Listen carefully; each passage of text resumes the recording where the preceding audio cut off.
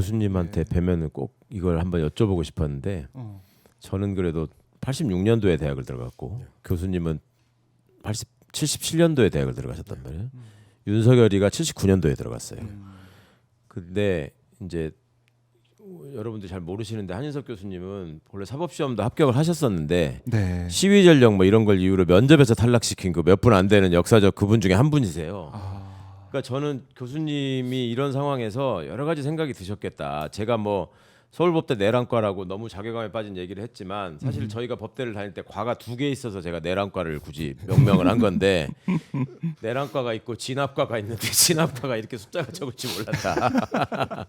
그런데 교수님은 일단 이제 제가 교수님이라면 그런 생각도 해봤을 수 있을까? 내가 사법시험에 합격해서 행여나 검사가 됐으면 내가 어떻게 됐을까라는 생각. 그 다음에 교수님이 길러내신 그 제자들을 바라보면서 드셨던 생각.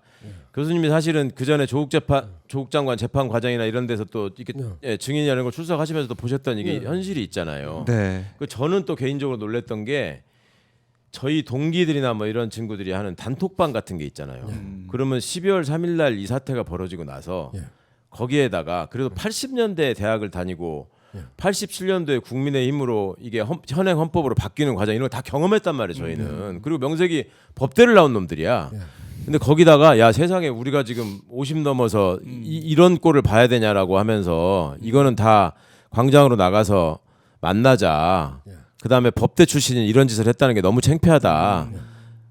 한 명도 없었어요. 그걸 올린 놈이. 단 하나도. 그러니까 교수님 말씀은 지금 70년대 대학을 다니고 유신 시절의 헌법 교과서를 가지고 공부한 자들의 어떤 멘탈리티만 얘기를 해주셨는데 저는 그걸로 끝나는 게 아닌 것 같아요. 쭉 그다음에 지금 이제 요즘 뭐 예를 들면 우리 유명해진 지규현이나 이런 친구들은 90년대 대학을 들어가 다녔단 말이에요. 그렇지. 이것들은 또 뭐냐 말이야. 그래서 이미 헌정 질서가 제대로 굴러가기 시작할 때 다 법 공부를 했는데 그런데도 교수님은 어떻게 보셨어요? 얘들이 왜 이러나? 왜 이러나? 네, 왜 내란과가 이렇게? 저는 교수니까 얘들이라고 표현할 수는 없고요. 근데 참 독재란 게 얼마나 무서운가 하면 네. 그 박정희 전두환 시대에 온 체질이 거기에 젖어들잖아요. 그렇죠. 충성하고 하는데 거기에 대해서 이제 이것이 옳지 않다는 생각이 의식의 표층에 있습니다. 체질은 그냥 99%의 체질에 젖어들고 그다음 의식에서 이건 부당하다라고 하는데 그 의식이 체질을 바꿀 만큼 되지 못해요. 그래서 그 시대에 오래 젖어들어 있을수록 그 사고방식, 행동 패턴 이런 것들이 박정희 전두환식 권위주의적인 것에 침륜되어 있다. 이제 그런 그대로 물들어 있다. 그런 부분이 하나 있구나라고 하는 것하고 그다음에 이제 기득권이겠죠. 자기가 예를 들어 뭐 어느 공직 중에서도 굉장히 뭐 소위 말해서 높은 자리고 역량이 있는 자리에 있으면 그 공직이 주는 기득권에 취하잖아요. 그렇게 되면 거기에 거슬리는 의견 같은 것들을 보지 않으려고 하고 근데 이제 저는 그 77년에 이제 들어와 가지고 아까 뭐 사업시험 이야기해서 말인데 사업시험 이제 81년도에 면접시험에 이제 국가관이 불량하네 이렇게 이제 했는데 그때 이제 질문이 데모에 대해서 어떻게 생각하냐 뭐 이런 질문도 하고 사법시험 3차 면접장에서 3차 질문이 면접에 데모에 대해서 어떻게 생각해? 그래가지고 뭐라고 답하겠어요? 우리 뭐라고 하셨어요? 저는 뭐 아이고 국민주권의 행사고 집회 시위 자유가 있고 그럼 뭐 그다 떨어지잖아요. 그래서 진땀이 나면서 시대에 따라 다르다고 생각합니다. 무슨 소리야? 저 일제시대 광주학생운동, 4.19 뭐 이런 것들은 그때는 막 탄압받았지만 우리 정당한 민주주의라고 이야기하지 않습니까? 그럼 지금 데모는 잘한단 말이지 않습니까? 반드시 그렇다는 것은 아닙니다. 약하게 불러서는 거예요. 그다음에 앞으로 뭐 할 거야? 반말을 해요. 그 질문 한 사람 누군지 아세요? 압니다. 뭐 검사였어요? 검사였어요. 네, 그러니까 그게 검사가 취조하듯이 뭐 할 거야? 무변촌에 들어가서 법소의 이웃과 함께 살고 싶습니다. 하니까 네?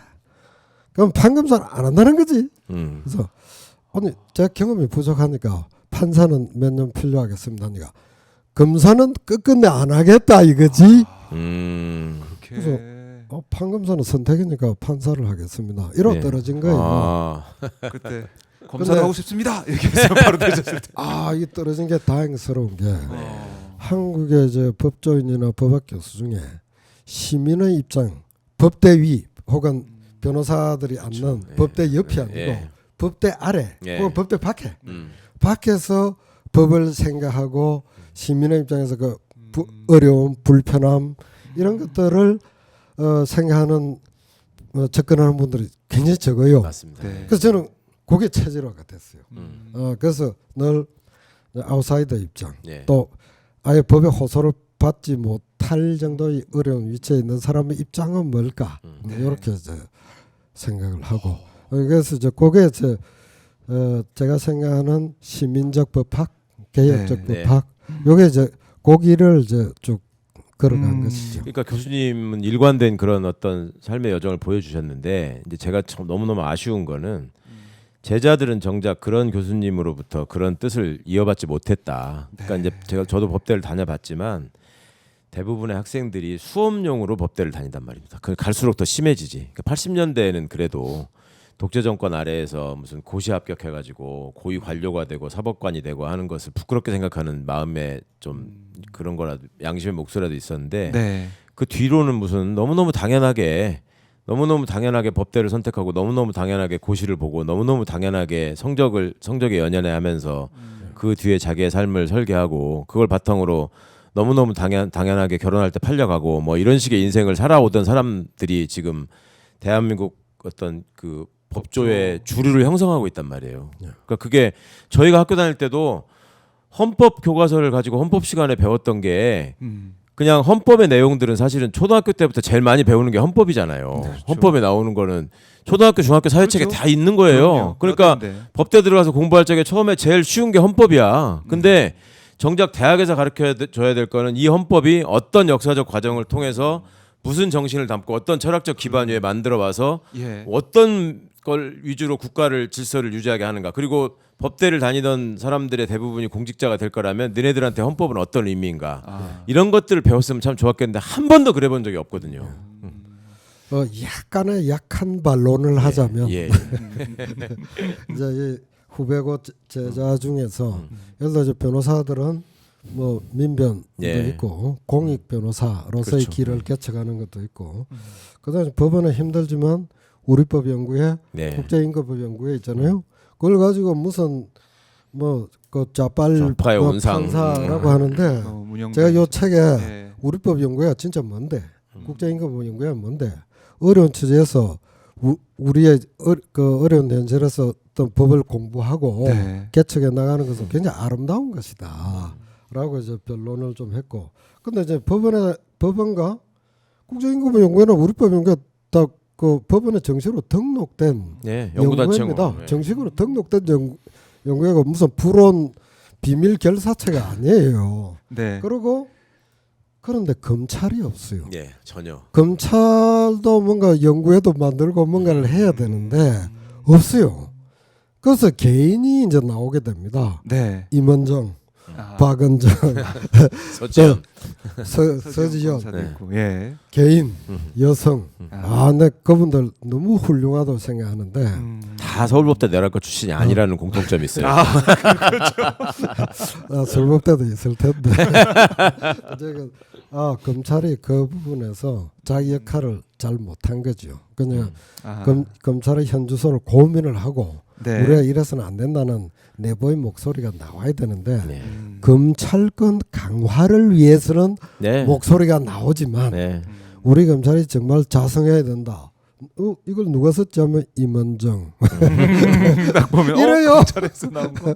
그래서 그렇다 보니까 내부에서 이견이 많고 다양한 목소리가 나오고 네. 되어져야 되는데 이제 그 몇십 년 위계 조직 하에서 그 틀에서 벗어날 수가 없으니까 그것이 이제 잘못됐는데 네. 그래서 가끔은 이제 내부에서 고민하는 아. 이제 검사들이 또 뭐 그 편지를 보내서 교수님이 이럴 때 어떻게 해야 됩니까? 뭐 이런 뭐 이야기도 하고 또 고민을 대화도 하고 그렇게 합니다.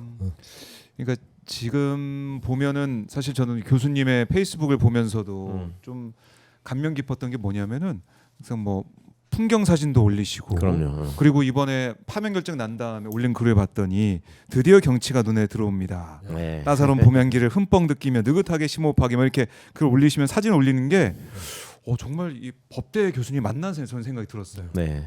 너무 감수성이 하신 것 같은 느낌도 들고 그래서 그런 감수성과 또 이 감상도 마찬가지겠지만은 여러 가지로 호흡하는 대중적으로나 아니면은 어떤 이 감수성을 계속해서 간직할 수 있는 그런 소양도 좀 필요하다. 저는 이런 생각도 좀 들더라고요.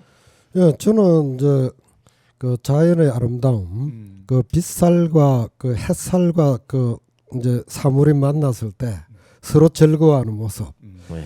이 사물이 해를 빛나게 해주고 햇살을 빛나게 해주고 네. 또 해가 사물을 빛나게 해주는 그 교감이 생명의 원천이다. 너무 아름답다 하고 이제 가끔 이제 홀려서 찍기도 하고 네. 그러다가 12월 3일 딱 터지니까 그때부터는 아무것도 눈에 안 들어왔어.